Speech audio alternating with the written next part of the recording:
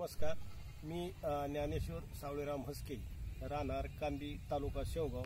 जिल्हा अहमदनगर. या 3 एकर क्षेत्रावर उन्हाळी मशागत, ज्याला पूर्व हंगामी मशागत ज्याला म्हणतो आपण, तर या जमिनीत अगोदर नांगरणी केली, शेणखत वापरलं,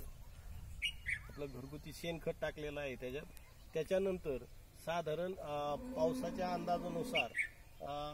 पावसाच्या ओलीनुसार 19/6/2021 रोजी कृषी विभागाच्या सल्ल्याने, आत्मविभागाच्या सल्ल्याने यांच्या मार्गदर्शनाने आम्ही गट शेती म्हणजे श्री स्वामी समर्थ या शेतकरी गटाच्या मार्फत एक एकत्रित वाण खरेदी करून त्याप्रमाणे मी या ठिकाणी राशी 659 या वाणाची निवड केलेली असून त्याला 4x2 प्रमाणे त्याची लागवड केलेली आहे. त्याला बेसल डोस हा 10-26-26 याचा दिलेला असून आणि बुरशीनाशक त्याला म्हणतो आपण, किंवा झाड वाढल्याच्यानंतर आता चालू वर्षी तर जास्तीचाच पाऊस असल्यामुळे तर बुरशीजन्य आजाराचं भीती असल्यामुळं त्याला अजोबॅक्टर या नावाची प्रक्रिया करून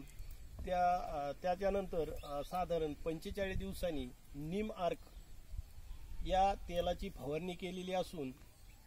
आणि विशेष म्हणजे आमचे कृषी विभागासन, आत्मविभागासन यांच्या मार्गदर्शनाखाली सगळ्या गोष्टीचं आम्ही अवलंब करून आज रोजी अशा पद्धतीची कपाशी आहे.